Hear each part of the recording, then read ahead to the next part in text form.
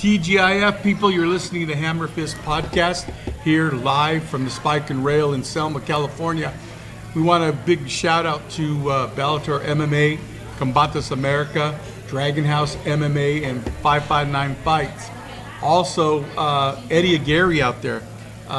He stepped up and got some stuff. I guess we haven't had a chance to get it here, but big shout out to him. He's always a good supporter of the show. We got a hell of a show set for the next hour, or maybe it might be even longer. So grab something hot to eat and something cold to drink, man. And we're going to go ahead and start. I got the Anaconda, my co-host Tom Owens, James, in-house guest, UFC vet, Cody the Renegade Gibson. And we're going to welcome a mystery guest, something that's brought a little bit of controversy from other promotions. We want to get the other side of the story here, so it's going to get good. We're going to get busy. Come on in, mystery guest. Gentlemen, how are you? All right. Hello, brother. I brought everyone a little gift here. You organic. Oh, dang. Yeah. And Is it gluten-free? that one is right there for you. That one is for you, absolutely. Live the Absolutely. Thank you. Maybe some And extra GMO. a few little cups of ice. Soon coming to Costco. There you Got go. that 5150. You're going to be swinging up. Live the madness. So shoot. Hey, you How know, are we, we're- gentlemen? Good. All right. You know, we're going to go ahead and we're going to start off with Jason. Jason's the promoter. Well, everybody knows him through the years from up and comers. Basically set the standard here of MMA for the amateur and scene. And like they say, the rest is history. Unfortunately, like many businesses, things happen. You get hiccups. You make things right. You move on. You know, Jason has been in and out of the game. God, for how long has it been, dude? Been a while. Yeah, been 10 a little years? while. Yeah, 10 years, and then took about a year and a half off to get a little bit more education. But now he's coming back, and you know, there's few promotions that are out there are kind of saying that he's crossed the line as far as what they can do in a camo situation. We've heard some sides that were, I guess maybe in theirs is wrong or negative. Well, like they say, there's always two sides to every debate. So that's why we have him on here, and he's going to answer those questions, man. Tell us a little about the promotion. Well, hey, it's great to be here. Yeah, you know, I used to do up and comers. Did that for many, many years, and took a break. Got into education for a little over about a year and a half.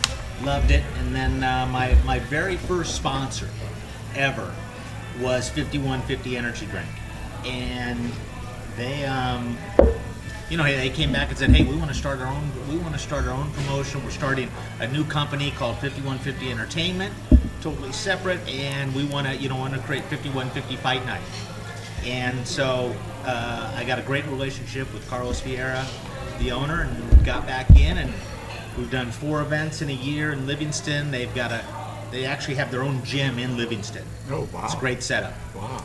And you know, we really, our motto with the promotion is where fighters become pro, because we really want to try to put the amateurs through a pro type event, and part of that is with the sponsorship is they got to do things. You know, they got to promote themselves online. We want to create that platform where they are having to do things. I mean, Cody, I'm sure when you were in the UFC, you had to post things, or there was things they wanted you doing. Yeah, you get emails from the UFC saying, hey, would you mind doing this, like retweeting this or tweeting this out or whatever the case was. So sometimes, Yeah. And then as you're coming up in the pro ranks, like you want to promote yourself. Yeah. That's a whole part of it, like, you know. I give a speech right after weigh-ins about guys, the value you bring to yourselves is so much. It's not only about being a good fighter. It's about building your value online, building your presence in social media, building your fan base, yeah. all those things. Because the more of a complete package you are, the more appealing you are. It helps during negotiation, I think, too. At that point, when you turn pro, usually a manager, there's some kids now that do, for whatever reason, I don't know why, but when they turn pro, it kind of negotiating when they see the fan base, because you're kind of paying for yourself. When we want a certain value, and say that should be get paid. Yeah, so it does. It does. Yeah. And the more, a lot of people don't realize it, unfortunately. And so we try to do that. We create that platform. We're a very unique promotion because we are a fully sponsored promotion. And it would be kind of like if Mountain Dew, Mountain Dew came to you, Cody, and said, "Hey, we want to start a Mountain Dew promotion. We want you to run the promotion, and we're going to put Mountain Dew everywhere. Everyone's going to wear Mountain Dew shorts. They're going to wear a Mountain Dew T-shirt. We're going to give every fighter $200 as a sponsorship, and they're also going to have to promote themselves online, just like a legitimate sponsorship across the board." That is what we do, and it's a great opportunity for amateurs because sponsorship is so key for fighters. Big time. No matter what level you are, Oh yeah. it could be make or break for a lot of guys. Oh yeah. Everything takes offset costs, especially training, meals, whatever. So anything Absolutely. helps. Absolutely. And so we do that. It's 5150 Energy Drinks, a totally separate company than 5150 Entertainment, and it's run just like that. Yeah, We've they've had a been lot of around. They've success been with it. 5150. The energy around for a drink's while been around now. for a while. Long time. I know they're real heavy in the circle track, race car type stuff. Too, Real so, big in race cars, yeah. real big in motocross, and now getting into MMA. Wow. So you guys came into MMA later? About a year now. Okay. Are all the fighters that are in your organization, you guys sponsor all of them All the fighters in the show. in the show? Yes. Okay. So it's based per show, not you have a fighter and you're going to sponsor him for a year. It's based per show. We're not at the point to do that yet. That's something we're going to be doing in the future. And the way we're going to do it is probably, just because I've been around a lot, we're going to do it in a way, I don't want to say it yet because it hasn't been cleared yet, but that's going to be the most beneficial for the fight. But yeah, so it's just per show. So anyone who fights in our show, it comes with a sponsorship from 5150 Energy Drink. Okay. Well, what the big talk was, the complaint, we'll put it that way, was that you were doing things that weren't right. The other promotions are, making noise saying that, those aren't the rules of camo. What makes it easier for you to be able to do that than not them? Just to clarify so we understand. I mean, Chris, you've known me from the beginning. I've always had a crosshair on my back. Yeah. And this is something. What makes it is, number one, this is right in the open. Yeah. We're not hiding anything from anybody. Yeah. All the fighters sign a sponsorship contract. It's a legitimate contract. It's with 5150 Energy Drink. It's for the fight night. So it's a separate from the bout agreement. Oh, actually. 100%. So that right 100%. there makes it clear. Yeah. 100%. I understand. And every fighter, they get a pair of MMA shorts. It's got the sponsor's logo on it. They get to wear. They get the shorts. They get a walkout shirt with the sponsor's logo. Hat. Just standard. Yeah. And then they get $200 because they're being sponsored. If they don't wear the stuff, we've had people not wear the fight shorts. They don't get their sponsorship. It's just that simple. I mean, Are there any rules in camo that don't allow amateur fighters to be sponsored? Like, you think about even like a Tachi show, guys show up and they've got local sponsors or people they know that are helping, gave them a few $100. But in camo, is there anything in the bylaws that say you can't have sponsors? there's nothing in the bylaws that I know about sponsorship. The only thing in the bylaws is about how much a promoter can give to a fighter. Yeah. You know, and those are the rules. And I've never broken those rules. We never go beyond what we can do in those rules. Yeah. What do the promoters give the fighters? Like ticket sales and stuff No, like that? yeah, well that's something new they passed, but we can do travel money. Okay. And Accommodations. Yeah. If Maybe they're coming for more than 100 miles, Like food money while they're Get there or them a something room. maybe? yeah. How does that work for ticket sales? You mean Is it like how Gladiator Challenge was doing it back in the day? They get a percentage off each ticket? I think when it's approved, it's like 10% or something, you know. Good. And it's something they approved because it's been going on forever. Yeah. Yeah. And Good incentive. you know, and so it's but with our shows, I mean our show in Livingston, we sell at every show, and we have zero obligation of any fighter to sell tickets. How many people you guys? We get like 260. That's all. That's all we so hold. It's a small, yeah. Yeah, that's all we hold. Small Right. venue.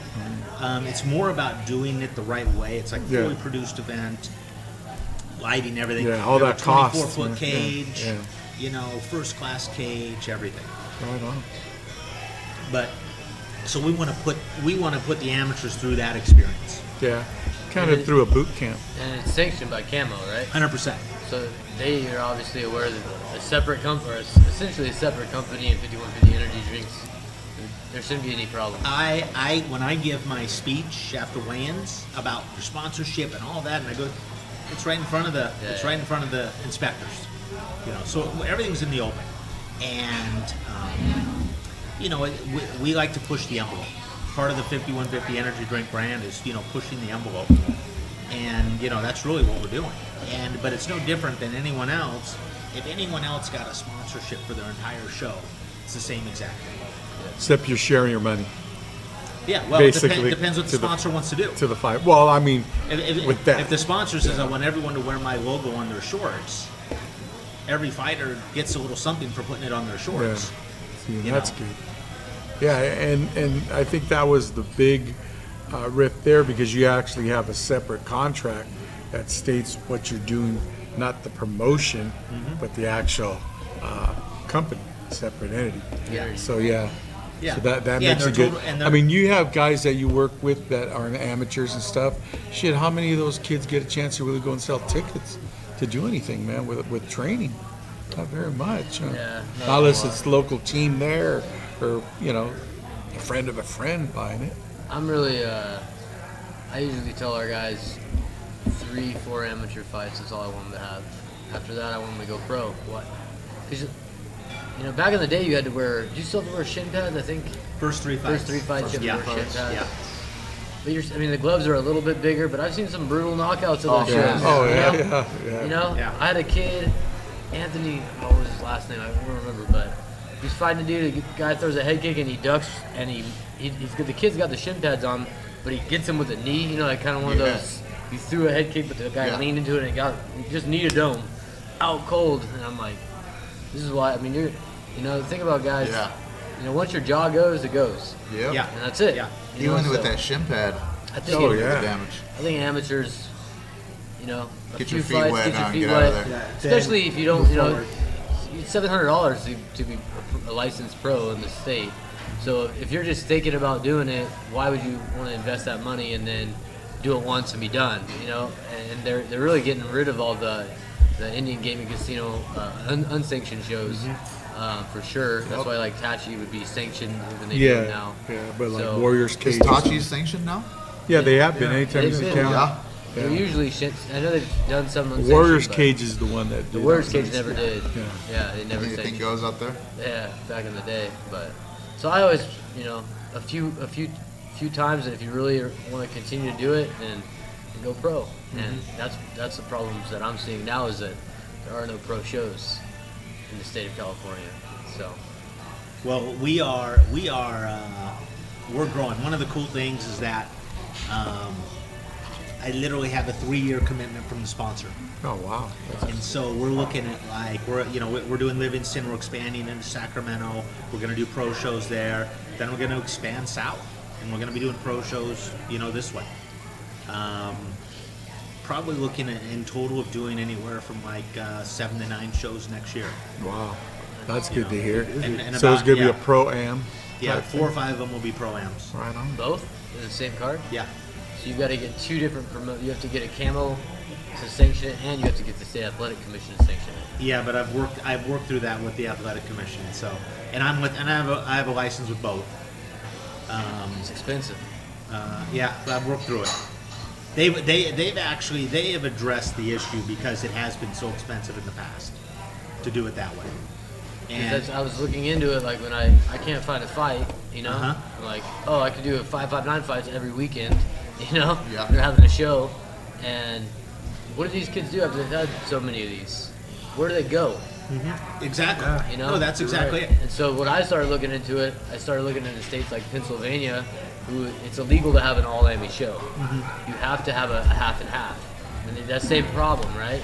But the difference is that in Pennsylvania, the athletic commission oversees both. And so with the fees that you pay into the athletic commission as a promoter, it's one fee. There's a small fee that'll go to Camo for it, and it's basically $100 a fight Oh, okay. for the amateur fights. And when I was just up in SAC 2 weeks ago, the way it's going to be is CSAC's going to handle the whole show. You So know? Camo's not gonna have to send all their people. Nope. Okay. They get their fee. If and they're that's there it. already, why not? And It's usually the same yeah, guys. because they're there, Yeah, and yeah. it's and I mean it's the same sport. Yeah, same thing. Yeah. There's only a few different. There's really only a few different rule changes. Yeah. Yeah. Between amateur and pro. But so they are, I think they finally come around to being more receptive to like, hey, the pro-am thing's a good thing, and we can't just stick it to these promoters. Yeah. Because I get it from a promoter's perspective. That's what I was telling Jeremy when I talked to him about Yeah. the whole issue. I get it. Like, it's cheaper to go through Camo. You don't have a payroll as far as the fighter payroll. Yeah. So if I'm a dude out there trying to become a promoter or put on a show, why would I ever do a pro show? It's almost nobody. It makes no sense. You go, bro. And then, so you see all these pro shows, the Pure Combats and the different ones that have been around. They never make it. And they die. And they die. Yeah. And they die. Yeah, so we're looking, we've done 4 shows, and part of it is, you got to build your brand a little bit. You got to do your thing.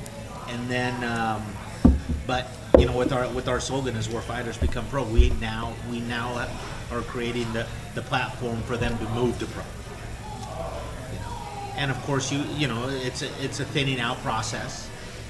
Guys you want to have, guys you want to, Yeah. And but no, it's good. We're doing the end November 30th. We're doing a pro-am show in Sacramento, and then I'm talking to a couple different venues up north or down south here. I get confused a little. And then once we get those kind of settled in, our venues, then we'll start booking dates for down south here, or Nice. South Valley.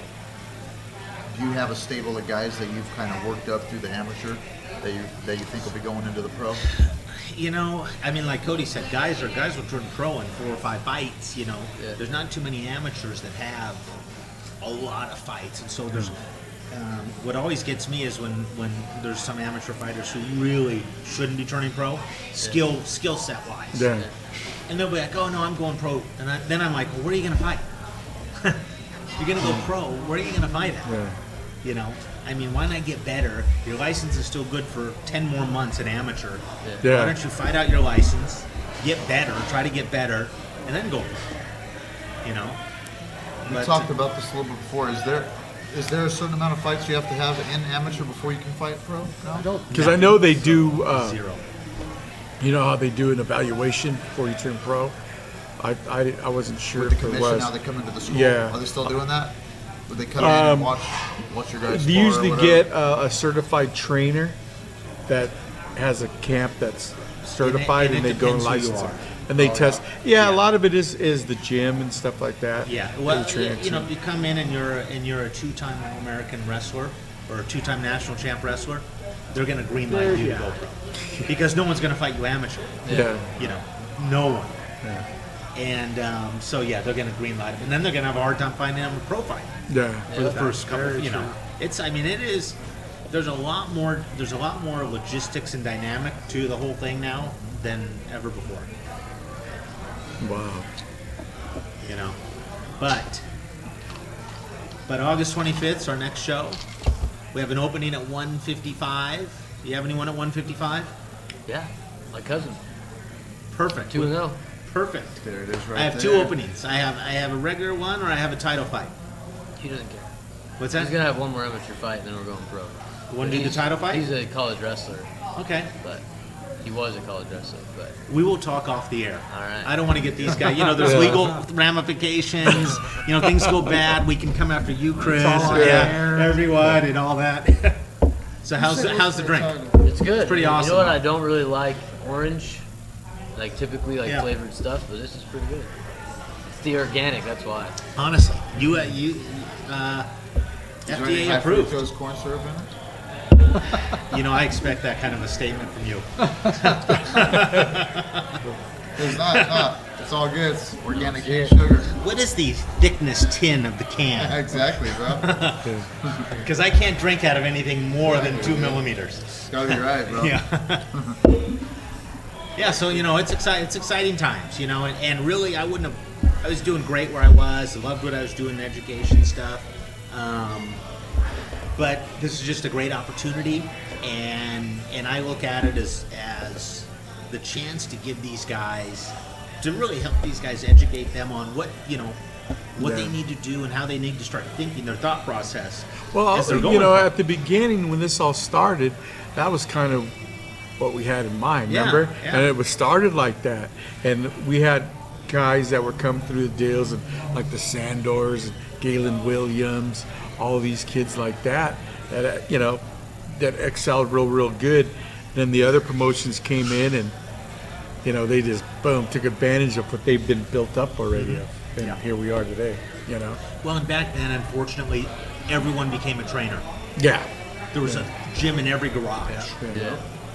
And the problem is these guys training knew nothing about. They may know a little bit about MMA, Yeah. but they knew nothing about outside of that. Yeah. And so they're giving bad advice, and these, If any advice at all. if any advice at all. Yeah. Like, how often do you see that? There's probably very few gyms that actually have that type of training. You know what I mean? Yeah, everything when I come from a smaller gym. I think I would consider When you came up, think about. You had to learn on the go, trial right? and error, and before strength and conditioning, I knew that or even heard that term. Yeah. And I would just be like, I remember I had video. I could go back and look at videos of me like just doing like circuits in the gym. Okay, I'm gonna try this. I'm gonna get my heart rate up really high, and I remember we used to spar. And my first title fight at Tachi Palace, I was like, it's 5 rounds. I got to be in even better shape.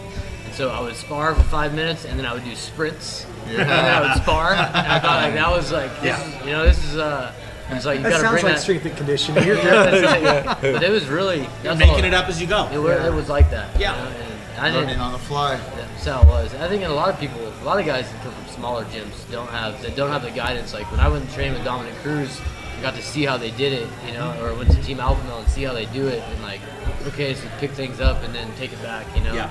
So And that's a whole other world when you go to those gyms. Big time. That opens your eyes. Yeah. How far along in your career did you wait before you did something like that?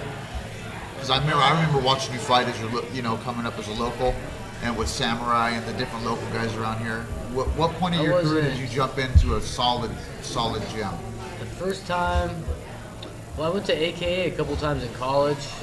It was literally a couple times I was wrestling in college and just like went down there. That I knew a guy or something kind of The thing. original AK? Yeah, the one in San Jose.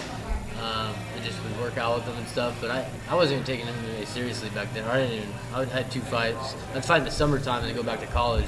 Wouldn't fight again until the next summer, and make some money and be like, oh sweet, made $1,000, back to school I go.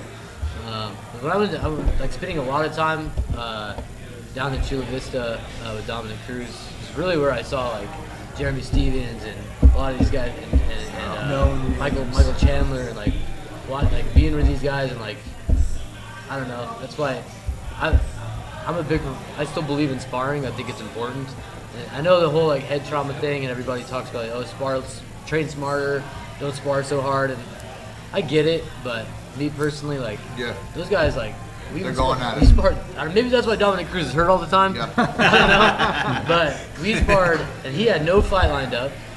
I had no fight lined up either. We sparred Monday, Wednesdays, and Fridays mornings, and it wasn't tech sparring. That's a whole other thing too. The whole tech sparring thing was like, oh, let's just pity patter. Yeah. But if you don't have the speed and the distance and understanding that, like tech spar all day, but you don't know And your how it feels. reaction time. Yeah. Your quick reaction And that's time. what's working. That's So when what I saw those guys and they were going hard, we went hard 3 times a week. Maybe that is too much, looking back in retrospect. Maybe twice a week's a better deal, but I mean, I remember every Friday I'd be like, I'm so burnt, my face is scarred up, and They used to and I think they still do at AK. They would go I've seen Wednesdays. some They film. go Wednesday. It's like going to a UFC fight. yeah. And they would go. They're going for it. Yeah. Those guys are known for going hard. Yeah. Now, talking about schools and you developing the promotion, or have you ran into any trouble within the school so far? None. I mean, you always run into just over time, because at the end of the day, people are people, and someone will, I don't want to fight for someone, or I don't want, and it's just, to me, I look at it as it's just part of the industry. You know, it doesn't hurt me, it doesn't hurt what we're doing. You know, it's their loss. Yeah. I look at it that way. I'm trying to help them. I'm trying to, give them live fight time in a great venue and give them a sponsorship and do all these things. And if you don't want to be a part of that, then, that's fine. But you're probably not going to, if you already have that attitude now, You're not going to go far. where's that going to take you? I have a question for you because you've done amateur shows. I remember this is a few years back when really it first started blowing up. But we would take kids to these shows to fight, and we always made sure our kids made weight. Mm-hmm. And then the other kid would be like 8 pounds over, and it was like no big deal. It's like, you don't want to fight? And then our guy, of course, no, I'm fighting. Yeah. And there's no, like in a pro show, it's like 20%. 20% is a big incentive to make that weight. Yeah. In an amateur show, there's no incentive. Like, is that what- still a big problem? I haven't been doing it. For me, no. But you know where that comes from? To me, that comes from when all those gyms were popping up. Yeah. Them not knowing that that's the number one. That's your pride right there. Yeah. Your number one pride is you make weight. But when all these gyms are opening up and everyone's a trainer and they're literally out of a Daryl's mini storage. Yeah. Not to plug Daryl's mini storage, No. but you know what I mean.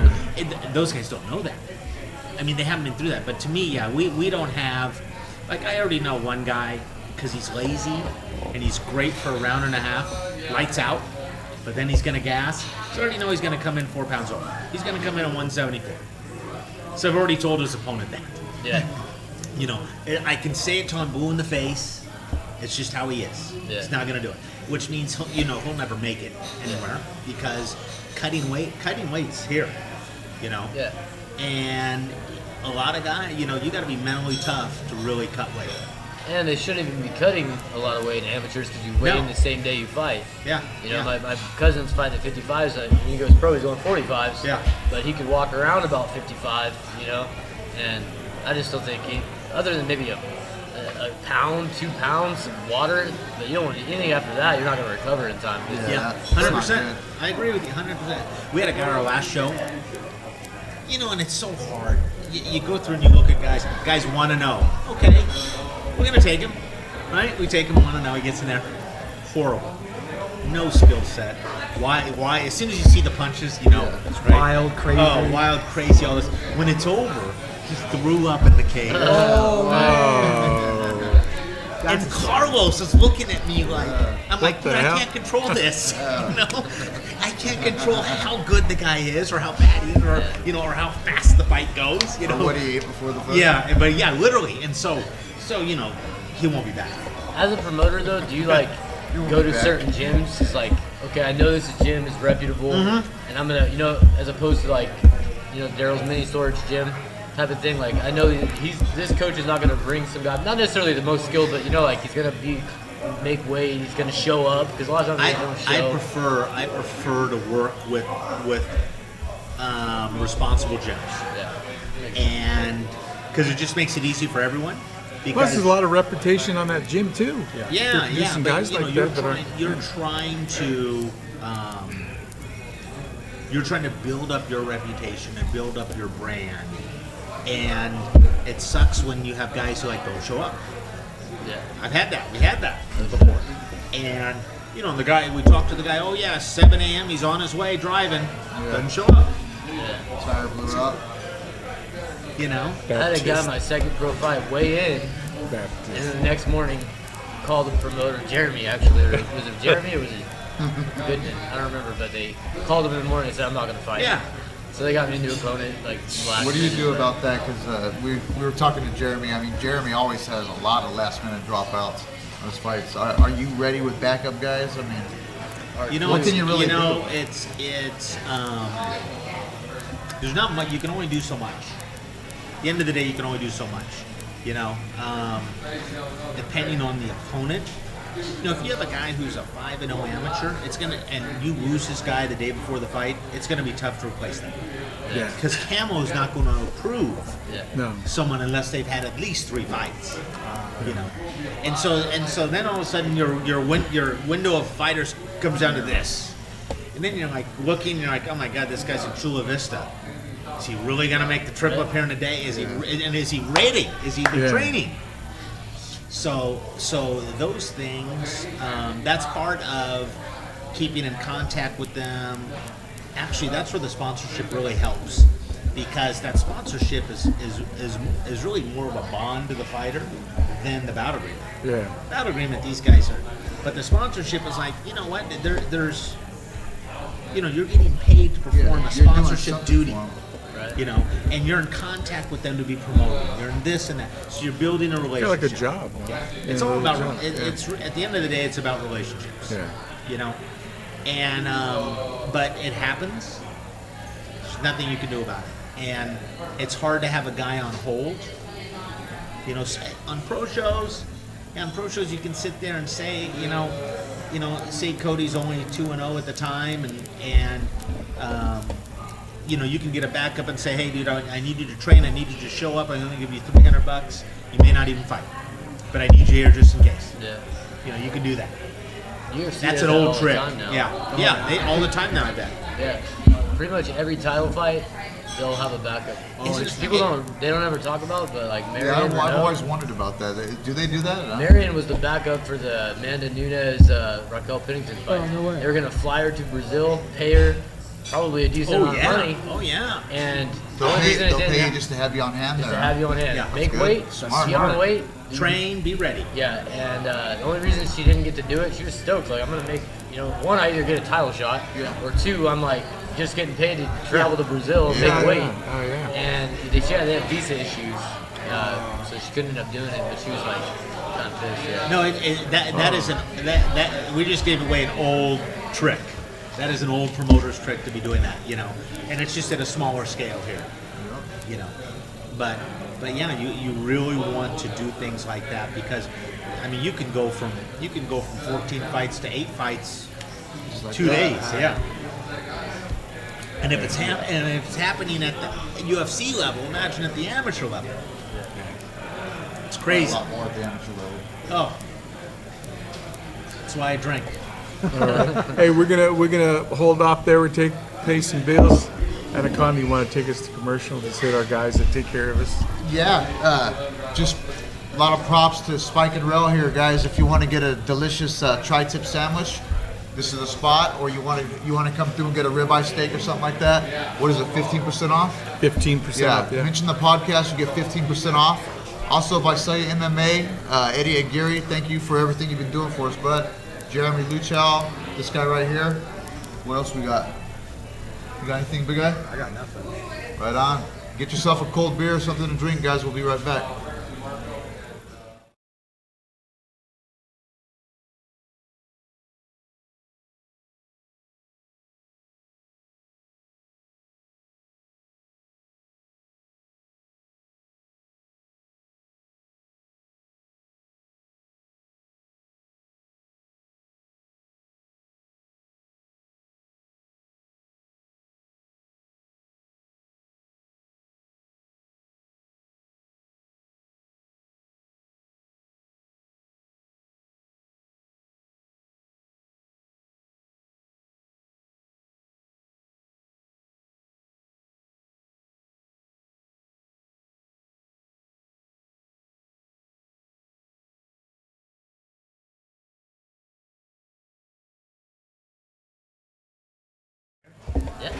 Welcome back to the MMA Fight Pass podcast, HammerFist podcast here, live at Spike and Rail in Selma, California.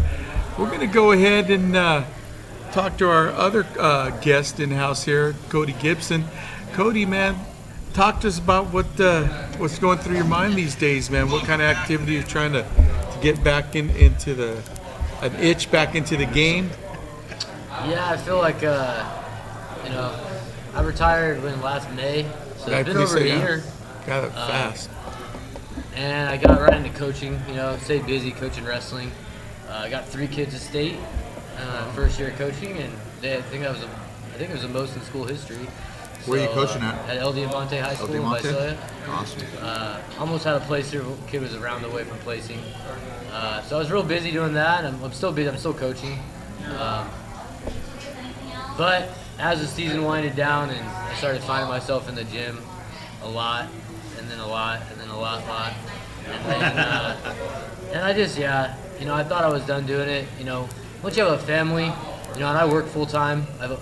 Other than about 2 years of my career, I've always worked full time and kind of balance fighting and training with that full time job. And then once you have a child and you've got a wife, and it got to be a point where it was just I felt any injuries add up too. And I think I was just worn out, man. I was tired.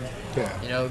And going from the big show to back to the regional scene, like it wasn't that I lost motivation because I was motivated to get back. And I went 3-1 outside of the UFC, so I did well, won the belt, Tachi and stuff. But I don't know, it wasn't as fun for me anymore. And I was kind of like, and I lost, and I was like, all right, what am I doing? Like, I don't know, I was just tired. Yeah. And burnout. I thought I was done. I honestly was like, in my mind, I was like, I'm gonna move on. I'm gonna coach, teach, and I'm just gonna be done with it. And I don't know. Now I'm like, nah, I'm probably not done with it. So I'll tell you what, I'm coming in with a different attitude. I put a lot of pressure on myself, especially after I was in the UFC and then I wasn't. Like all that pressure, I got to get back there and that weight. And so I'm coming back with no expectations, no pressure. I feel like I can still compete with the best Just to have in the fun. world. But I don't know. If it leads to something great and I get back to a big show, then awesome. But if it doesn't, and I fight wherever and whenever for however long, then that's okay too, And so I'm kind of at that point where, yes, I'd obviously love to get back to the UFC, but I'm not going to go and put a lot of pressure on myself to do so. And I think that attitude and that kind of mindset, I think, is going to be good for me because I just felt overwhelmed with like pressure, not from anybody else, just from myself, like what I could do and I wanted to do, and so I just want to have fun, I'm having fun in the gym again and goofing around and learning new things and training hard, and we'll see what happens. Yeah, it was good because you're one guy I remember from when he first started, man, and basically you could see his advancement just in his physique from the early days to current time. But not just that, but every time he fought, you could see the experience that he was, the tools that he worked, and he got better. And there's a lot of fighters that train like that and do whatever, but you don't see him raised to another level. He did it every fight, and that's how I used to tell his brother. I said, man, you know what? I know he's going to put out a fight, but what I get excited about, because I know he's going to look better than he did before, and a lot of people, well, how can he do that? He's already at that level. Well, he is one of them that I seen that, so I could be a testament of that. Would the goal be to go back to the UFC, or would you fight for a Bellator or a different promotion? I don't know. I would fight for anybody. I'll fight for anybody. Anybody want to have me fight on their card, hit me up because I can't find one. So, I don't Have you know. put the word back out there with like Tachi and these? Well, yeah. I mean, we were working with RFA or LFA, I guess it's called now. Yeah. They were trying to come back to Visalia. They came to Visalia once, and they couldn't get a date booked for when we were looking to get it booked. And I don't know. We'll see. I mean, Bellator would be awesome. yeah, there's opportunities in Bellator, but if you look at their pay scale, Is it not? if you're one of their big name guys, you're getting paid, but look at their undercard. And there's UFC vets on the undercard. Yeah. Tachi pays better, Oh, really? It's bad. Their lowest guys, granted they're low, their business model is definitely getting local fighters on their undercard, and sometimes they do that thing where they put them up after the main event, Yeah. But those guys are making $1,500 if they lose a fight. 1-1. Yeah, it's bad.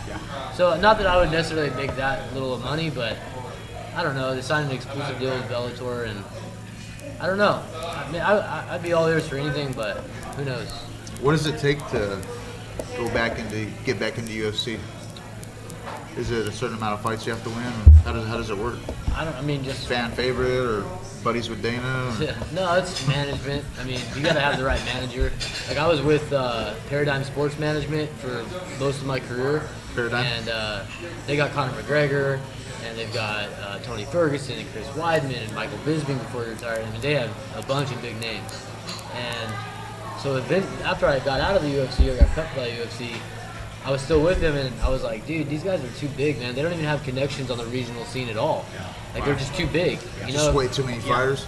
not too many many fighters, too many high-level guys. high-level guys. And they were really just Bellator and the UFC were the only organizations that really had a lot of guys fighting in. And so we amicably split. I kind of just said that to them, like, hey, I love you guys. You were like family to me because we had some good times together and traveled together and done a lot of fun stuff. But I was like, maybe I hope someday I can come back to you. I hope that I get big enough to where, you know, I'm back in the UFC and I want to come back to you. But so I've been with Iridium, which is a lot of the guys around here, with Jason House, and because I think he has more connections on the regional scene, you know, whether it be the Access TV shows or whatever. So, but we're just trying to, I don't know. I've been trying to get a fight, so hopefully something pops up. Did you deal personally with Dana White yourself? No, I mean, shake your hand and you know, he gives a speech and in the back to the Get a fighters. little speech. But I never like had a real interaction with him. How many fights did you have all in the UFC? 4. 4? Lost to Aljamain Sterling, my first fight by decision. That was my short notice. It was like 10 days. And then I beat Johnny Bedford, and then I lost to Manny Gambirian. That was the one I was like. He was winning, and then got into I that. dropped him like 3 times Yeah, in that the was first good round, fight. and then I got guillotine in the second or third. I don't know. Yeah, But that last fight, if it was here in the States, you would have won. yeah, then I lost I to think a you got Brazilian dude in Brazil Oh yeah, by decision. It was close. you're not winning that one. Yeah, it was close. Yeah. I don't know if I won it. I mean, it was Brazil, a toss-up, but he got the decision, and they released me. So How crazy was it going from these local shows to UFC? it was surreal for sure. I remember that first fight. It was on 10 days' notice, and I had to cut 30 pounds in 10 days. Oh, How many fights did you have before you went into the UFC? I had a lot. You did, huh? I think I had like 18 already, or 16 or something around there. Yeah. So I had quite a bit, because I had some ups and downs, you know, where I had lost fights. Yeah. I had to battle. I was on a 6-fight win streak, but so it wasn't like it was just like a 8-0, 9-0, and I'm in, you know. It definitely was. I think I was like 13-3 or 13-4 or something like that, you know. How were you approached to get into the UFC? Was it management that got you Yeah, in my there? management. You gotta have a manager who has connections. I think it's in the UFC. Pretty much, huh? Yeah, I mean, you've got to. Yeah, they deal with managers. You know, they don't. And you know, so yeah, not too many. Unless you're, I don't know. You gotta have the manager. They deal who with has manager. Yeah. connections. So, And you gotta have the kind of manager who's on the list for short fight notices too. yeah. Yeah, No, it's yeah, not that's how I just got a in. manager. You know? You gotta have, and I've had some fighters say, oh, they're asking me for advice. I said, well, you need to get a manager. Yeah, but I don't want one. I'm like, well, so you want someone to help you get to the UFC, but you don't want to pay them. Yeah. And you don't want, then you want to cut them. Yeah. Yeah, that's what I'm looking for. I'm like, good luck. Good luck. Yeah, good luck with that. Good luck and at they the never go Warriors anywhere, Challenge. of course. They never, but they're like, how do I get a call on short notice fights? You have a manager. And you got to have a manager who gets in those their calls. ear, and they Yeah. talk to the matchmakers. And I would hit up my manager all the time. Hey, this fight fell off. I saw it on MMA Junkie, or I saw it on MMA Fighting. Hit up Sean Shelby. Tell him I'll fight. You know? Yeah. This was before I was in. I was doing that literally constantly. So you never dealt with like Sean Not Shelby and those guys? myself, yourself? no. Always I never the do. manager. Always to my manager. Some guys do if they been there for a while or Yeah. have a better or a different relationship. But I always just dealt with it through my manager. So on your first UFC fight and you're backstage, like pretty normal feeling for you? Because I mean, you've been through so many wars already. I mean, a lot of guys probably break down back there. It wasn't the fighting that I was like, it was any, but it was the magnitude of the promotion is, I was at the Mandalay Bay. I was Is that fighting where on a the big first one card. was? I was The fighting on a Mandalay big Bay, huh? pay-per-view. Conor McGregor was on the card. Oh, really? He was in the main event even. He was fighting Dustin Poirier. Was that the Oh, wow. That was your first fight. That was your first UFC, UFC huh? 178? I think that was when You McGregor. can feel the tension, right? Yeah. Tension in the air. Just Yeah. the weigh-ins, Yeah. man. John Jones was supposed to headline the card, and whatever happened to John Jones that fight, but. He ran into Pablo Escobar. But it was a big Floated card, away. and so that part of it, having to show up a week early, and then you're training at you have to walk. You're like your hotel was over here. You had to walk like a mile in Mandalay Bay to go downstairs through the kitchen to get to this little training facility where there's, and you know, it was a lot. Like, Yeah, and well, then all I can't these imagine fans, that feeling, man. bro. I mean, there was the craziest part was like the fans, like that would show up on Tuesday for the fight Yeah. card on Saturday, All week. and they knew where you were walking. going, They yeah. would just be standing out there with Dedicated. pictures of you, and Yeah. I was like, dude, nobody even knows who I am. Yeah. They would have pictures of me to sign. And they used to do that to every fighter. Yeah, so the yeah, next yeah. John Jones, like I got 10 John Right, Jones yeah. autographs, you know. Exactly. And it was kind of surreal for sure. The fight itself, I mean, was a fight. But I remember being in there when the Bruce Buffer's doing his whole thing, and like it felt like a dream, you know, Yeah. like kind of look around, like the lights are out, and it's like, and I was on the prelims, probably 500 people in the stands, but it didn't matter, you know. No, I bet you can just the air. You just Yeah. feel the tension, man. It's just Yeah. got to be, It's like you definitely said, different. surreal. Yeah, it's different for sure. So when you came back after the UFC fighting and you came back out to Tachi, how was it like that? How were you feeling out there? Now just pretty Yeah, chill. I mean, yeah, I mean, it wasn't quite as exciting, you know, but I was able to go fight for the belt and win the belts, and I never had a belt in my life, in my career. That was your first title? Yeah, after UFC, when I came back and won the Tachi belt. And so that was cool. That was kind of Yeah. exciting. I guess I don't really care that much about belts, but I like fighting Yeah. 5 rounds. So yeah, it was a little bit, you know, but definitely smaller. You know, you show up, you weigh in, you go fight. It's chill. Quite an experience, man. Quite an experience. What do you? Go ahead, bro. Now, coming back to when you went from the UFC and then coming back to regionals, did they treat you any different? Or were Yeah, you- I because think you're so. the UFC, you're I think so. I think You're other Gibson. fighters kind of like look at you, you know, more than before, which is silly because it's like you're just fighting anyway. You know, you fight for this promotion, that promotion. You'd you're almost still a think fighter, like you would have like a bullseye in your back after that out here. right? These guys probably And think I if they can Try go to through size you, you up. yeah. No, I Or fought. if they can beat you, then maybe they can get into the bigger show. No, and I had a couple of the fights that I had after the UFC were guys that that Kyle Ray's kid. Yep. Was definitely an up and comer who was like on Yeah. a big tear. Tough little shit. Definitely, if he would have won that fight, if he would have beat me, I think he would have been called up because he was submitting everybody. And then Rolando Velasco was waiting forever to get in the big show, you know. So I think that was definitely, and I remember being that guy, you know, trying to fight a UFC vet Yeah. and get in, you know, and like that would be a fight I would take, you know, against the guy who's been there. And I mean, it's Did a you have big some stage. guys on mind that you thought you could get, if you got through them, you could get into the UFC? I thought that last fight I had a shot because I went up a weight class and then I would have been a double champ, and I thought that might help draw some attention back to me. Yeah. But it didn't work out. I lost, so you know. I don't know though. You know, I don't know. Maybe I would have had to fight Yeah. 10 more. I don't know. I don't really know where I stand. I know that the contender series is cool, you know, because it allows, you know, it might give me an opportunity just to get on that show. Could you get into that? I probably have to. I probably need to come off a win since I haven't fought in a year, coming off a loss.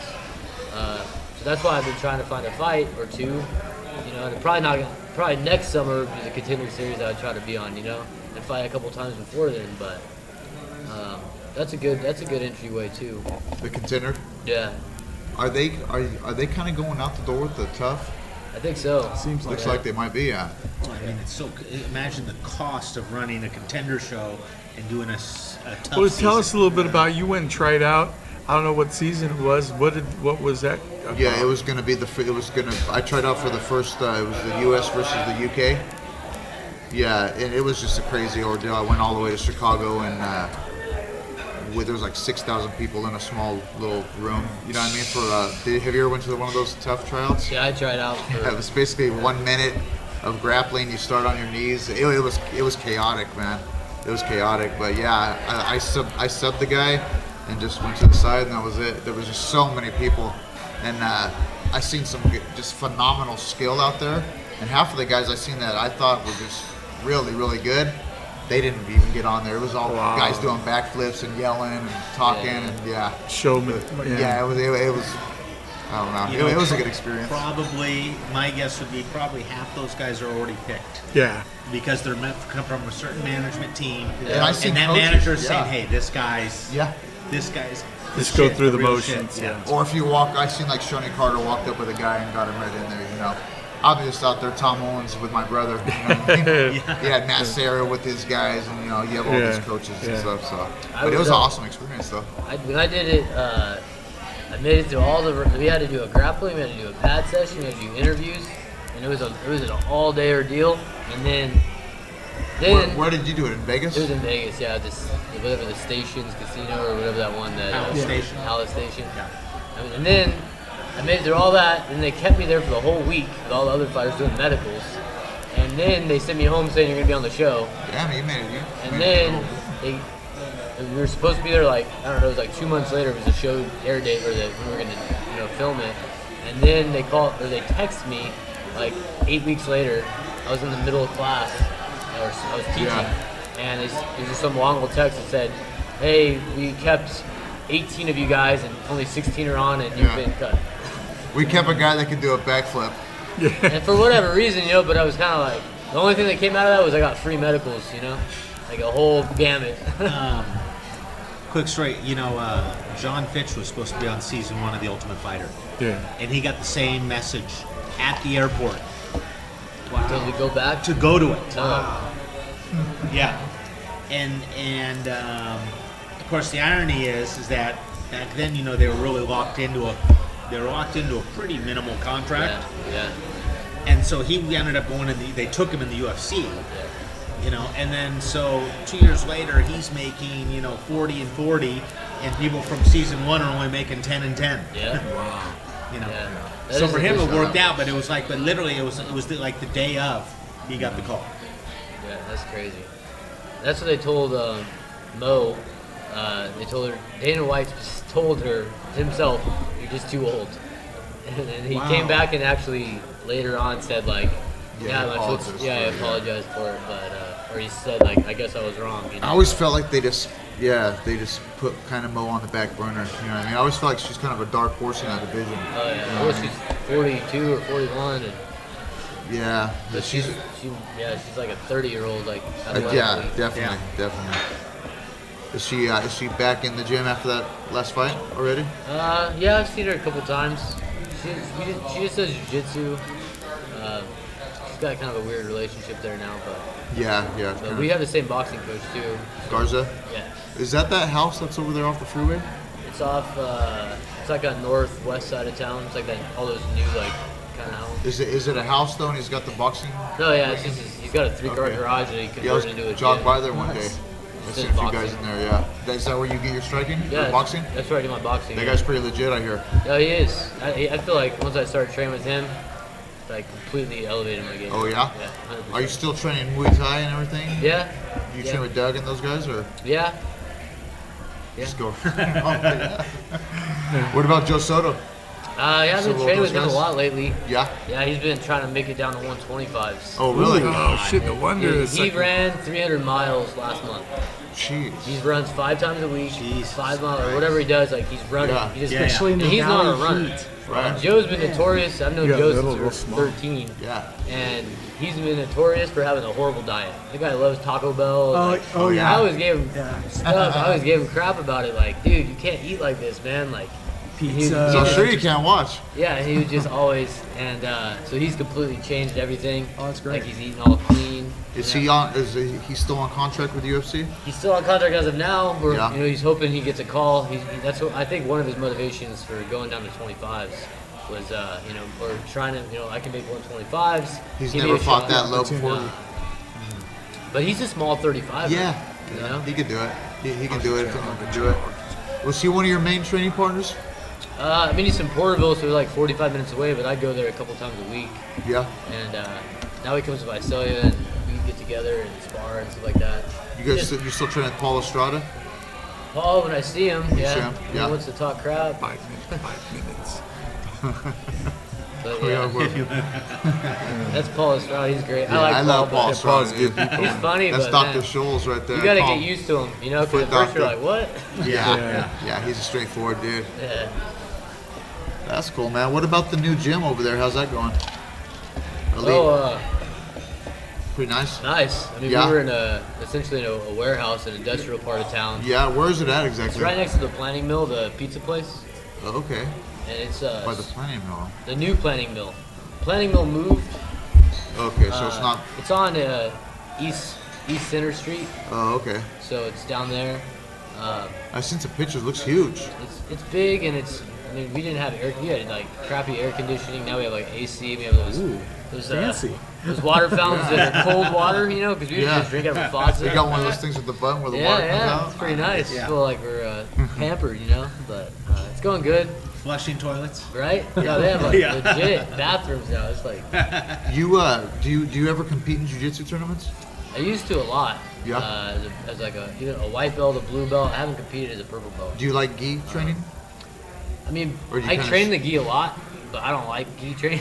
Right. You know, because like I hear for me, you. like jiu-jitsu. But you do utilize it though. I utilize it because that's what our gym has. Like we only have one day of no gi a week, and everything else is gi. Morning class, every other class is a gi class. So I've been training the gi for a long, 10 years. But personally, like a lot of the gi chokes and the baseball chokes and all these. Yeah. I mean, I learn them kind of, and I I learn how to defend them more than anything. But to me, everything I do in jiu-jitsu is applicable. Is why I'm applying it to anything, like, you know. Yeah. And so I prefer no gi, you know. That's why I train with Joe a lot and stuff. But I train the gi a lot. I get frustrated in gi a lot. Yeah, definitely. Guys slow me down and I want to move. It definitely helps. It probably speeds you up though when you take that gi off. Yeah, but a lot of the things I do, like my setups You don't and even submissions, use I the gi, can't right? use in the gi as well. A lot of my chokes are harder to get with that big collar. Yeah. You know, and that's what I noticed when a lot of the gi guys come and train some no gi. Their guillotine defense and their understanding of that stuff is not as good as guys that train a lot of no gi. And vice versa, my understanding of a baseball choke isn't as good as theirs, and I'll get caught in stuff that I'm like, I didn't even see that coming, you know. But yeah. I'm just thinking about competing in No-Gi Worlds. Yeah. It's just at a bad time of the year. It's always the very end of the school or semester. And like last year, I wanted Are you a compete. school teacher? Yeah, I'm a high school teacher. Oh, you're a high school. Yeah. So what are you teaching? Like I math? teach English? What? economics and U.S. history. Nice, man. So last year was like the last week of school. It was like I can't really leave a couple days early. Yeah. You know, so I'm So hoping this year it falls somewhere either before or after the semester. You're one of the few fighters that you got the backup plan. You know what I mean? That's a legit job. At least, you know what I mean? I see a lot of fighters that they don't have anything planned for after their career Oh, yeah. of fighting. You know what I mean? How often have you seen that? You know? Most. Yeah, Most.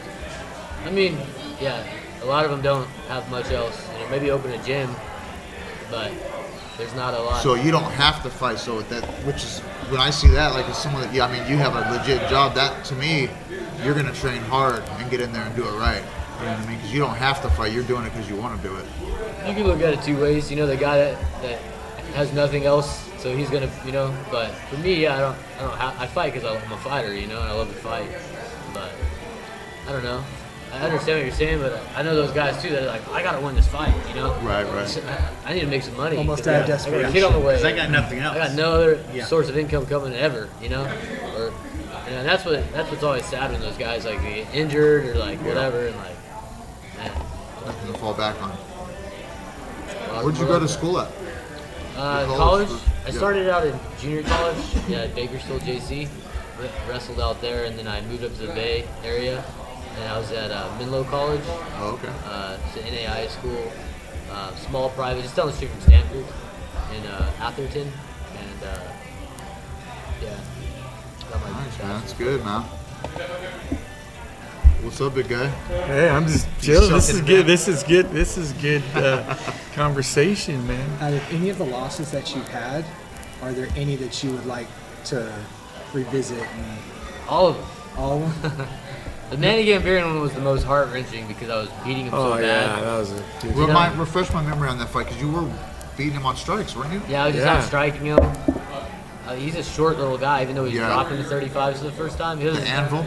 Yeah, and he was powerful, but Little he was bulldog. so short, and he Yeah. just couldn't get to me. I was just jabbing, busted his eye open, and dropped him a couple times. And I was just like, it wasn't that hard. Like I was like, okay, I keep this range. He's at the end of my punches, and it was going fine. And then I just got in a scramble situation, and he's kind of known for his guillotines in the gym. Yeah. I didn't know that at the time. To me, Right. he didn't look like much of a submission threat, being a little compact guy. I thought Right. he'd be hard to submit. A lot of times those guys are just those little bulls, like Yeah, yeah, just neck, nothing. no arms. You're like, Nothing I'm not to gonna go submit on, this yeah. guy. Right. But I didn't think he.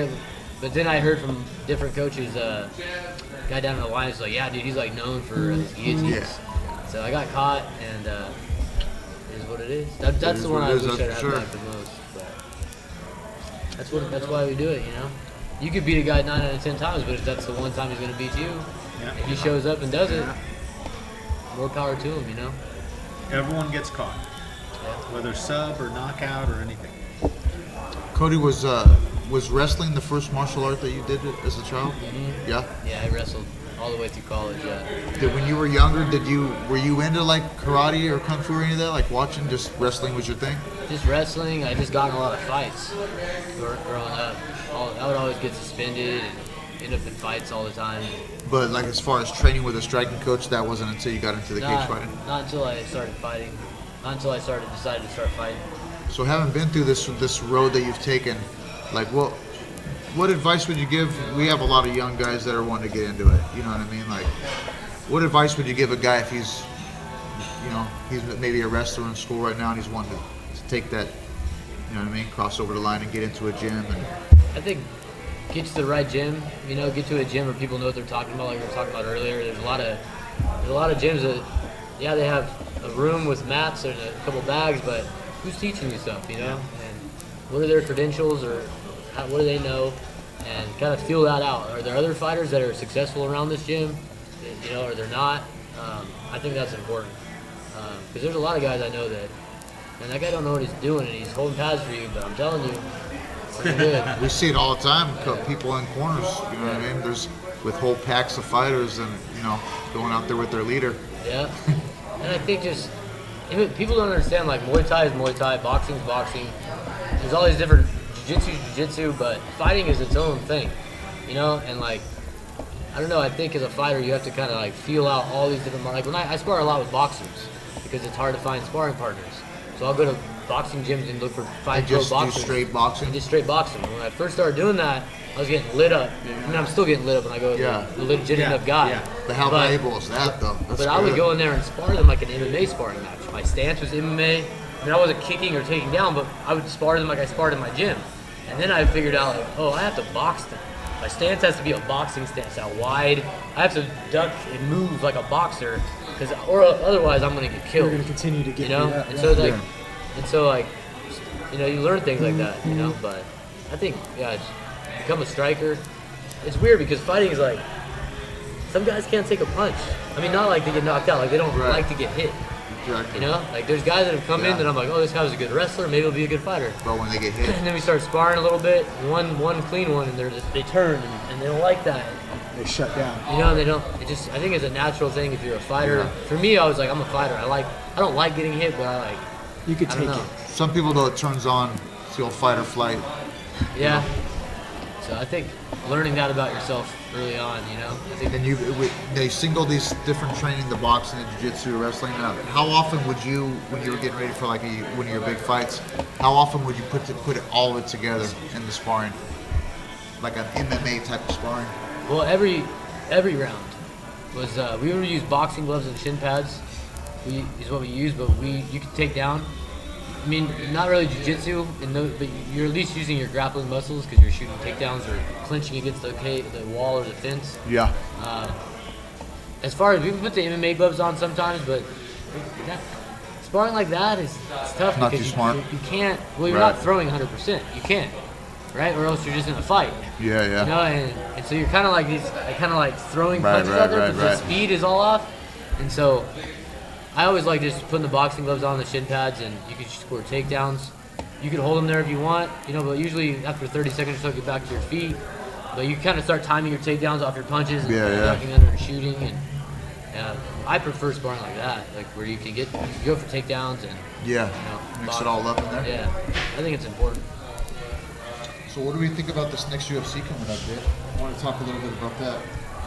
Saturday, tomorrow, right? Yeah, there's that. Yeah. That's what before we get into that, what about this last week, man? Shogun. Oh, dang. What do you think, man? Time for him to go to Bellator? Or Golden Boy Promotions? I'm sorry, go home. He was on a 3-5 win streak. I know, he was on a 3-5 win streak. He I don't know was. against two, but he beat 3 people. I know. He beat the donut shop owner. The guy that was in line at McDonald's. Nah, he was doing all right. But yeah, it is what it is. I think Shogun probably should be hanging it up pretty soon. Because he's Who had am I some to say, great though? You know what I wars. mean? but it's Oh, like, yeah, you get to a yeah. certain point, It's like the whole like Chuck Liddell versus Tito Ortiz. Like Chuck Liddell's been here locally recently, and Is Chuck Liddell training right here in Fresno? he's At been the here for Throw. a week. Okay, is that where his camp is? Or He what? said for the week. I don't Yeah, know. just for the week. Yeah, his manager is here, but like that's the fight. I'm curious, but I'll that's not watch a it, fight yeah. I'm motivated to like. Oh, I can't wait for that fight. No, that is not something on my radar that I'm super stoked about. Yeah. No, at all. I mean, I'll watch it too. You know. Yeah. it's almost a freak show fight. I wonder who else they're gonna have on that card. Have you seen anything about it? The Golden Boy thing. Yeah. I haven't. I just heard about that one, but Is it a for sure thing? Is it like any? don't know. Yeah, they already had the agreement, signed the contract. They just haven't worked on a date yet. I'm tied in with Golden Boy, so I'm doing some follow up and stuff like that. I wonder where that show will be. Maybe we can get Probably in LA. LA. Yeah, in LA.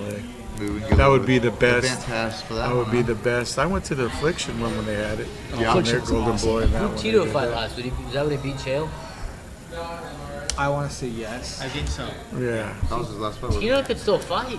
You know, but No, I know. Based on that footage of Chuck's hitting those pads, I'm like, I know. and you would never think Tito would beat Chuck because that guy was afraid of that For a right hand. long You know, time. he was afraid of that thing back in the day. Yeah. But after watching that video, and maybe that was round 30, I don't know, but I know what you're saying. Tito actually looked pretty good against Chael. He tapped Tito's a Chael down. beast, man. He's still a beast. I think if Tito takes him down, you know what I mean, drop some of those elbows on Yeah, him. but to get him to the ground, that's Chuck's Yeah. thing, man. Yeah. I could see but, Chuck like stuffing a couple shots and then getting in his head. It's just his endurance, his cardio. That's Tito what's has gonna be probably been interesting. consistently training where Chuck probably hasn't. So Maybe they'll have USADA just turn their head the other way. They'll do some cake stands of GH or whatever. We're gonna go hold it on their second. Jason, 5150 fight night. He's got to step out. Appreciate the opportunity, man. for Giving having your me, guys. view on your side. Appreciate And it, brother. Yeah. we wish you the Very best of luck. Hopefully, see you soon. Yeah. Thanks a lot for Thanks the for time, my listening. friend. Hey, thank you for the energy Yeah, drink too, sounds my brother. 5150 enjoy guys. that. I'm There gonna you have go. it when I go for my run later. And give me a heart attack on the side of the road. There you go. 5150, yeah! Hey, Chris will come pick you up. Yeah. Hey, those days are done, man. Yes, sir. What about this fight with Dustin Poirier coming up and Eddie Alvarez, right? Yeah. Poirier. that's a rematch? Yeah, it's a rematch. What do you I think think about all that? of these fights are rematches, I think. Because They're coming Poirier, what happened in the last one? He need him? No, Yeah. Alvarez needed him. Yeah. Oh, Alvarez need him? He hurt Alvarez bad. He was winning the fight, wasn't he? Then Alvarez hurt him, and then after he hurt him, he had him against the cage. Poirier was on all fours. He had one hand down. I think his knees are down too. That was it. That's Alvarez what happened. kneed him huh? like 3 times in the head. That's And going to be a that good was fight. I always underestimate Alvarez because I don't think. Yeah, you never know what guy's gonna Everybody show knows. up, dude. He always. I he's think been Poirier's up there. legit. I mean, that Yeah. guy He looks is. like a truck. He is very. He's I tough. loved his last fight with Gaethje. Yeah, That was great, man. That was a war right there. that's one thing that people aren't talking about though. That wasn't that long ago. I know. You know, that was only like Pretty 3 or 4 quick months ago. turnaround, dude. But that kind of fight too, you might, because he was thinking about taking it off. He was trying to get the fight with Alvarez. Hey, and I read what an about those article all about those leg kicks he took? You've taken those kind of leg kicks in fights. Hey, Something man, like those that, take yeah. some time to recover from, dude. Those were Well, he he took wasn't a lot training. of He wasn't kicks, training for bro. 2 weeks, at least 3 maybe. Oh, not even walking Man, around. dude. Yeah. I've taken those leg kicks, and after, dude, for a couple weeks after the fight, like every time you sit down, man, you're feeling it. So I don't know how I even got back in the gym and trained like that, but That's the Tough- only thing I'm tough thinking cat. about. Like maybe could go against him. I think he's a better fighter, but I don't know. Alvarez always surprises me. When he won the belt, I was like, "Are you?" Did not think he had a chance. You know. Right? I completely agree with that. I liked him in Bellator, but since he's moved to the UFC, I'm like, Yeah. yeah, he has his nights Yeah. for sure. I like both fighters. yeah, You know, like definitely. they're both fighters, like real fighters. Hey, what's up with the 559 fight? The next one, it's going to be at the Harley Davidson thing. You see that? Is it going to be Is he there, having the show? or is it going to be just the weigh-ins like they always do? Is that what At they're doing? Matthews, It looks yeah. like the way he posted, like maybe the show was going to be there. No, I don't know. see that I wrong? don't know. I just looked at it real quick, but usually they have it over there at Is the it? hotel. It is. Is it? oh, I don't It know. is Wow, what maybe it that's looks like, yeah. just It looks how like that's it's it's hotter right, than right. shit Sure, that's outside. a cheaper venue. Wow. Right there off. It's not a good neighborhood, man. I used to have a shop right there. Oh, yeah? Yeah, right by Matthews. That place is. You want to get stereo cheap or tape deck or a boom box back in the day. Behind the That's alley? neighbor. Yeah, right behind Earl Scheib. One block Yeah, over. it fell off a truck. Yeah. But I don't know. We'll see what happens. Yeah. Hey, so if things go right for you, bro, like, you see yourself fighting this next year? I've been trying to fight. I Yeah? was trying to fight before. I told him. What's up with these guys? Don't you know all these guys that taught you pretty good? Tachi's like kind of taking. Are they booked up or what? Well, they're not. They're only doing, according to what I heard, they're doing 2 pro shows a year, and Really? That's it and now? 2 amateur shows a year. Yeah. And Man, I know dude. the Respect. tribe took a bunch of money away from the promotion. That's why you don't see man. Sure Dog broadcasting out there anymore. That's too bad, They're man. doing a bunch of, and according, this is what Richard Goodman told me when I talked to him they were doing that amateur show I had a kid fighting on. He said that the Tachi Palace is doing a bunch of construction work and building some add-ons. Entertainment Yeah, center. you could see all the money they're spending. And Yeah. so that they took some of that money they were giving to the promotion away from them with and according to Rich, this is what I've heard is that he's going to get it back and get it going again, like as far as the bigger shows. But right now, even their pro shows, their budget is pretty low. So you're probably going to see. If I I'd had like to see it go back to the old days, man. Those big outside shows. Oh, I hated that, man. You didn't like it? I fought in like 105. Oh yeah, fighting out there. Dude, is some so of those- My different, feet yeah. hurt just yeah. walking in the cage.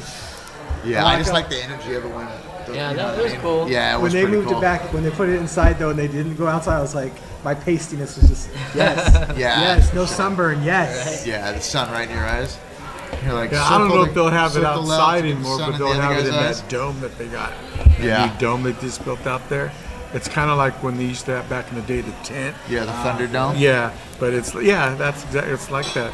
It's like a big Warriors cage dome, like that. They have it out there. Remember that night it was raining and that water was just coming right through the middle Oh of that yeah, that was crazy. dome? It's classic, Oh man. man, Tell you though, man, pro shows. I looked. they're scarce. They're man. far and few, huh? I didn't realize You they go were over the like you that. go over the hill, Southern California. I have Yeah, friends what of about mine down that there? do promotions that do a lot of shows like CFX and all those guys.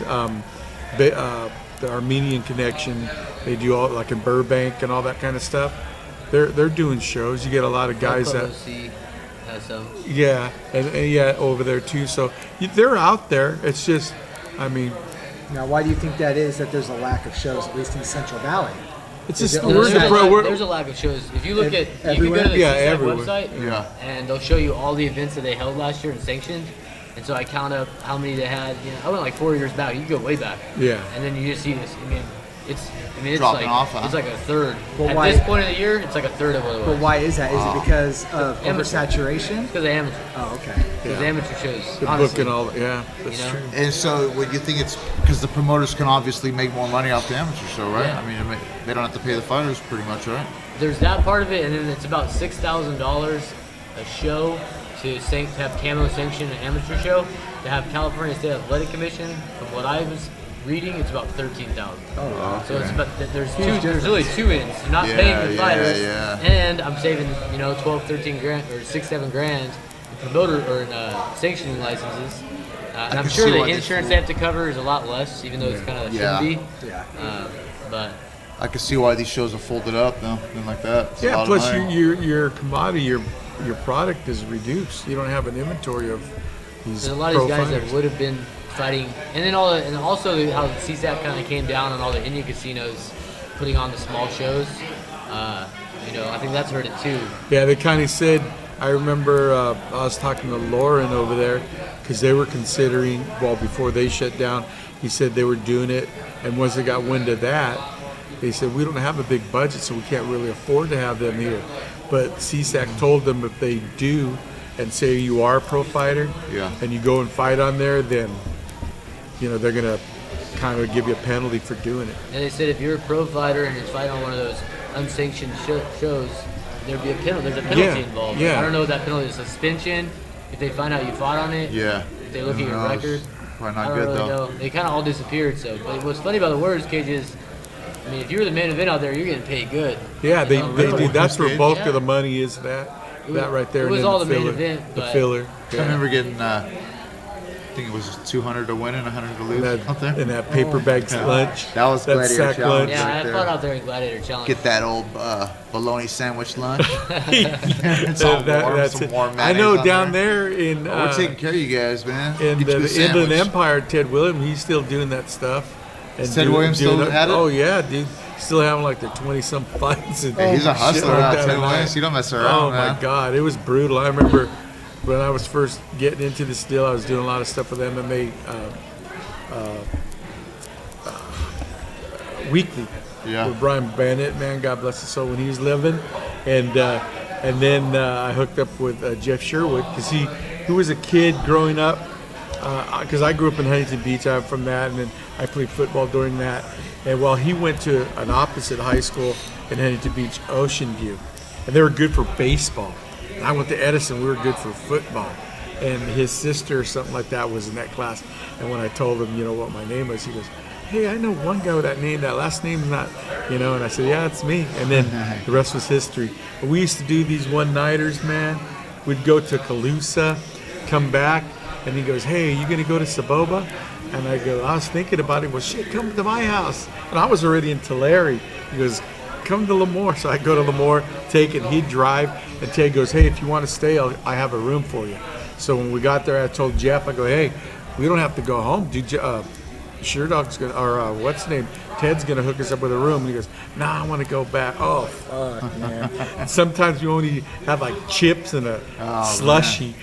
I was like, "Oh my God!" those- I did that. I one of took those that horrid trip. bologna I took sandwiches? that four fights in 3 days. I took Mott's on that trip. The Mott shit. He goes, "Fuck, dude, all I had was chips in 3 days."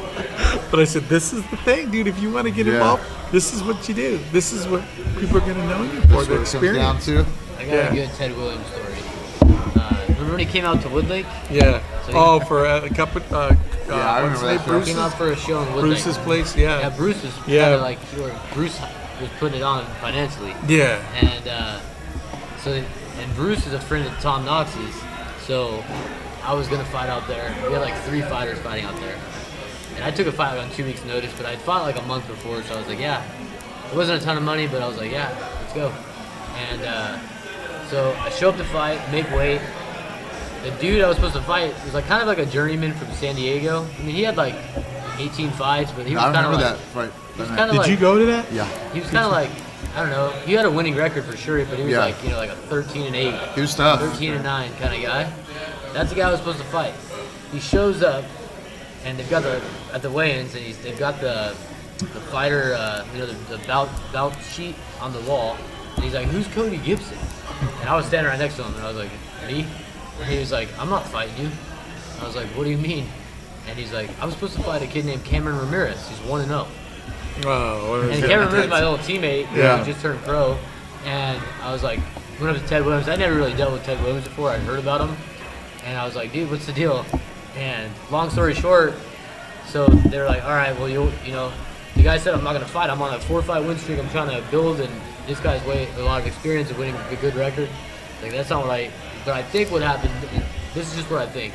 I think Williams told him you're fighting a 1-0 kid. Oh, yeah. Because he's like, if you drive up from San Diego, there's no way you're not going to stay and fight and take some money. Exactly. So I think he told him one thing, but the kid ended up saying that he's not going to do it.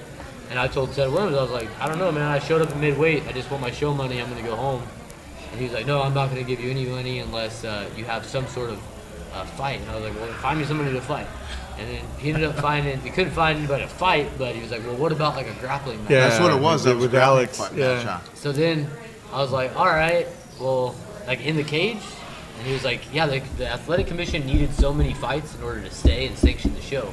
And we were like, if we were dropped off, because other fights had dropped off, Yeah. if we dropped off, the show was canceled. Uh, And so he was like, "No, stay, do this grappling match. The athletic commission will consider that a fight, and then not a sanction or an exhibition or something, and they would stay." And so I was like calling people up. "Anybody want Yeah. to grapple me in the cage? I'm just trying to make some money." And finally, Alex Perez came up, Yeah. and he went in there and grappled with me. And you had people in the stands screaming like, "Punch him!" 'Cause Yeah, we're just sitting there, yeah. and then it's for the gloves, no shirts, fight shorts, Stand so it 'em looks like another up! fight. Yeah. And then they're just grappling the whole time, and it was like, You know, and the your audience name was coaches. probably on the poster too. I don't Oh, even remember that. I remember that, and then, excuse me, I remember that because that's Rafael fought Anthony Oh, Ruiz, yeah. and then they had him.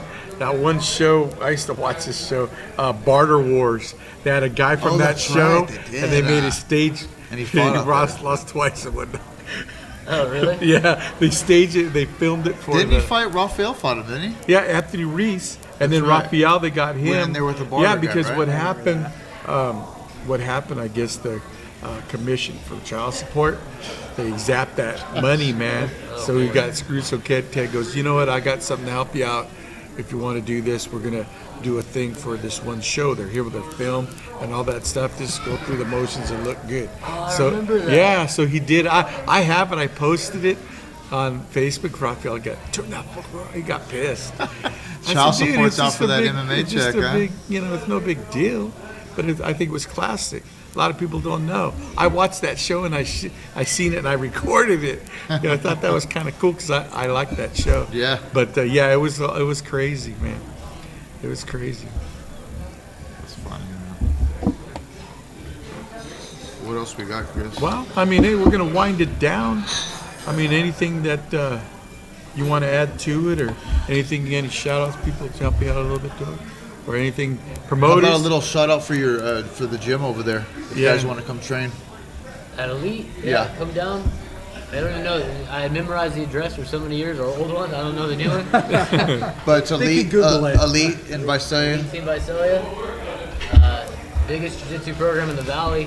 Awesome Fresno to jiu-jitsu Bakersfield program. as far as the size and how many black belts and how many good stuff. You got kids that want to train. I mean, it's a huge. I mean, sometimes I walk in there and the kids program's ending and we're starting, and I'm like, It's crazy. it's insane in there. But you're gonna get, doing big things, and You like swimming with sharks? That's a good place to go. no doubt, yeah, it's a good spot. Right on. What else do we got coming up? We got the 559 fight coming up. Big 559 Al. fights coming up. Dragon House MMA. What day is that on? August 4th. So that's Saturday. Or no, the following week. God, in my head. How many? Yeah, the following week, August 4th. Okay. So next weekend. Yeah, Dragon. Yeah, they do a lot. They do a pro am show too. A lot of guys from here go up there and fight at Dragon House. And shout out again to Eddie and Gary, man, for stepping up, Yup. helping us out. Visalia when they MMA, guys. If you need any gear, he's got all this. He's got it all: wraps, gis, all that stuff. And if you want to get a good ribeye steak or, a good piece of meat, it's a good spot to come right here. can. That's it, man. Yeah. Mention us, you get a little discount. Yeah, get that 15% discount. But yeah, guys, thank you for watching and tuning in. Really appreciate it. Cody, thank you so much for coming, bro. Thanks for having me. Really appreciate it, man. And we hope to see you get in that ring again here pretty soon, bro. Me too. All right, that's a wrap. Definitely. Thank you, guys. All right.